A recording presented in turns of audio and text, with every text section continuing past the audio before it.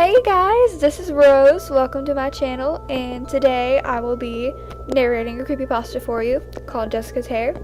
So at the end of the video, don't forget to subscribe and thumbs up. Alright, thank you. Let's jump right into this, shall we? Jessica's Hair. It was the summer I turned 13. I was so happy to finally be a teenager. My birthday was on a Friday, and my cousin was staying with my mother and I for the long weekend.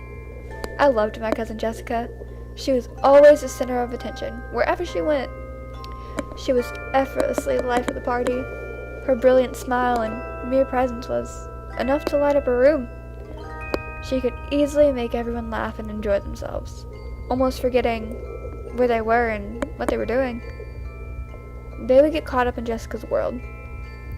I remember how she flipped her long blonde hair and how her hazel eyes sparkled as she spoke to those around her, who seemed enthralled and hung on her every word. She was dazzling. The day after the party was a hot Saturday, and after spending all day indoors to avoid the heat, we had a very outdoorsy idea for Saturday night. We decided that we wanted to camp out at the shed we had that sat towards the backwoods line of our property. The shed was old and in need of repair, but it was still quite functional. The roof was solid and the interior was dry yet dusty and dirty from the years of neglect. The shed itself was actually older than the house. When my mother and father had first got married and bought the property, there was no house there, but the shed stood in the back as a reminder of what the property was once used for. That night, my cousin and I begged my mother to go out to the old cabin. We used every trick in the book. We promised to only use battery-operated lanterns, and we would sleep in our sleeping bags to keep the spiders and bugs away. We found cans of off to prove we were prepared. We had even made a couple of sandwiches and some juice and cookies to munch on. Every parental argument was carefully considered and prepared for. Finally, my mother relented.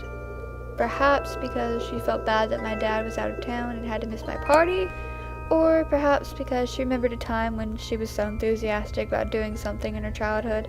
She agreed, on one condition, that we listened to the story of our property we lived on and minded ourselves accordingly afterward.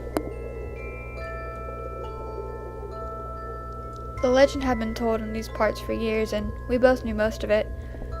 But Mother insisted we hear it all over again.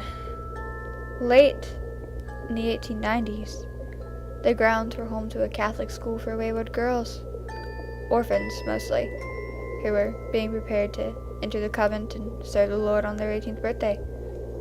The grounds were very different back then. Where our house stood now was the main building, the schoolhouse, cafeteria, living quarters for the girls, and the church all in one.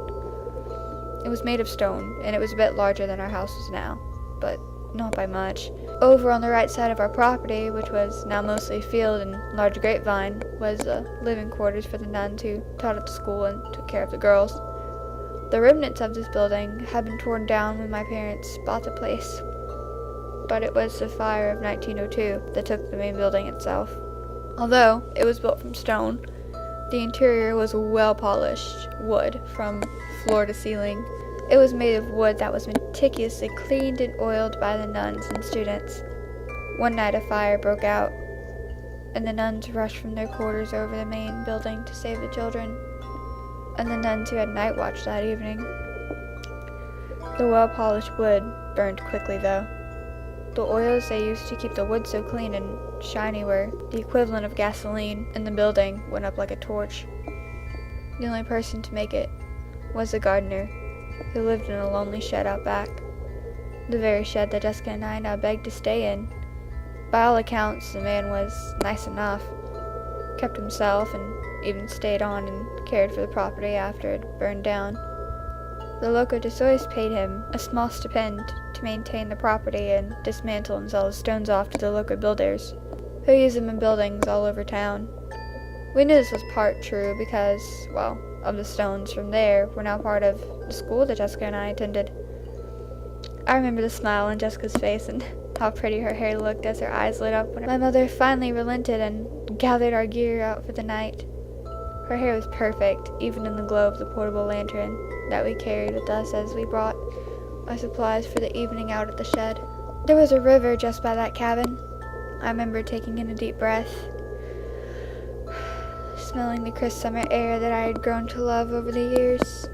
It was a slow-moving river, wide and deep, so there was no sound of rushing water, just the occasional flop of a fish or other animal that went down for a drink. When we finally got set up in the cabin, we talked for hours about anything and everything. We talked about boys we thought were cute, and girls we just couldn't stand.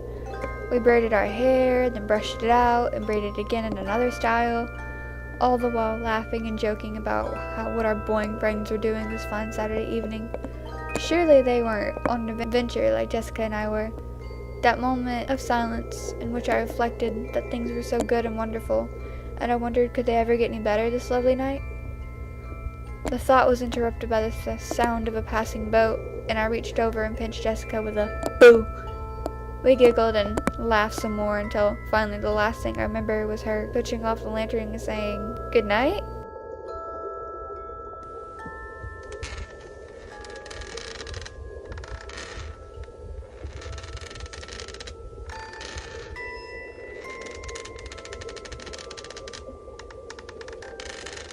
I woke up to the pitch black of a world without light, and my eyes slowly adjusted to the moonlight as the creaking continued.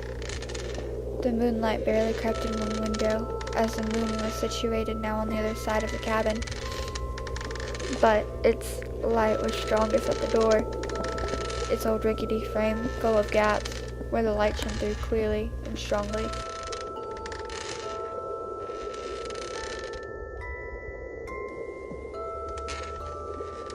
The sound continued until I realized that it was the old wooden rocking chair on the front porch that was causing the sound.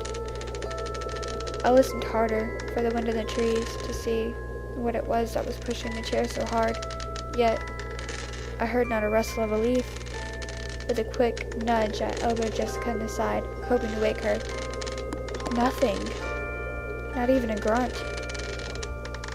Curiosity got the better of me, as I told myself it was one of the old cats that usually slunk around the property late at night. And I edged slowly towards the edge of the bed. The bed was nothing but an old pull-out couch that my father had put out here years ago. I slipped gently out of my sleeping bag and once again nudged Jessica with a good hard elbow that should have woke her. But the late hour and the long day must have taken it out of her, because she didn't so much as budge. With each movement, the old couch squeaked, and my blood pressure seemed to double. Slowly, my bare feet touched the wooden floor, and I felt the dust and snatted grit under my skin. Finally, I was on my feet, edging my way towards the window.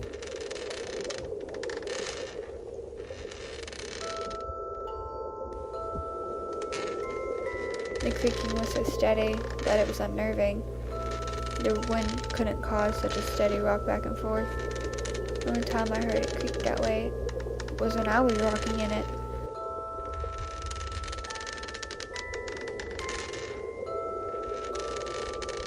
Slowly, closer and closer to the window I got, and the pressure was almost too much to take. I wanted to crawl back in my bag and cover my head until the sun arose, but again, curiosity drove me forward.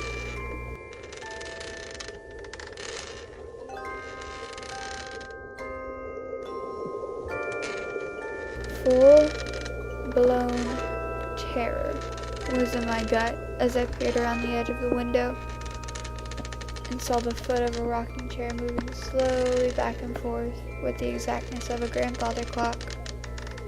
I ventured just a bit more and saw a shoe on the floor in front of my chair. My worst fears were true. There was someone on the porch. I wanted to scream.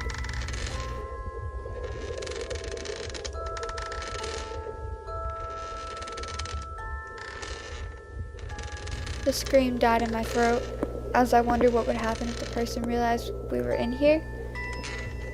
I may have had a chance to run, but Jessica would have been totally at the mercy of a strange person on the porch.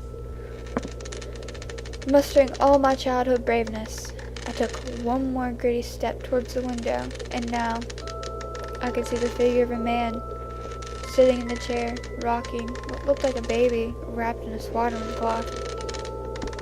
He looked down on it with an utmost tender gaze. I stood watching as long as I dared, and mad decision that I could not leave my beautiful cousin with this man while I raced to the house to wake my mother.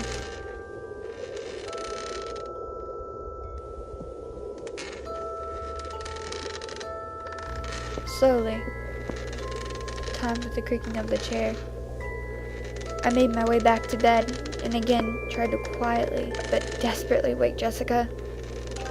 She was a log. Not a groan or a movement from her. Terrified, I began to cry, or wondering what might happen if the man decided to come inside. I found myself wondering if he had been living here while my family and I slept a few hundred yards away, seemingly safe in our own home.